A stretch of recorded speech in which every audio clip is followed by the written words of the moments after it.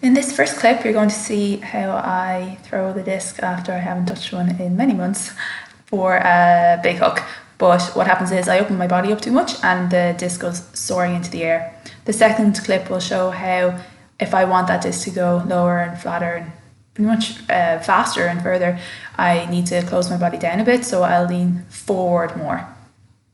The next factor to consider is where you're releasing the disc from. So all of mine, I bring the disc back lower than my waist, but I bring it across and release it above my waist. Now, I'm not saying this is perfect, but that was my technique for the day. I wasn't in football boots, so I know my instability meant I wasn't as comfortable getting low and gripping into the ground, but the main point is that you're going to go from low to high without being excessive with your release point being too high. With the release then, you also want to consider what angle you're releasing it at, so whether it's tilted down, flat, or slightly tilted up. So tilted up is going to be exaggerated and turn into more of a blade. Flat will probably turn a little bit into a blade at the end.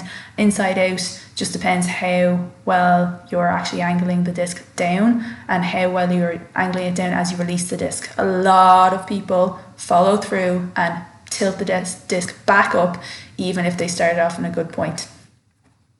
Generally, tilting the disc down and getting that inside out throw is going to help you get the disc further, especially when you're beginning. The main reason the disc is going to keep flying is because you put enough spin into it. So in order to get more spin, you need to be able to get a lot of rotation through your body.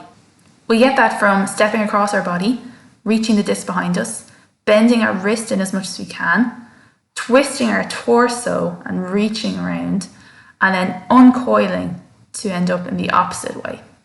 So you need to be able to get your joints into all of these positions as far as you can. So that's more about flexibility, but then you also need to be able to rapidly come out of it. So that's more about power.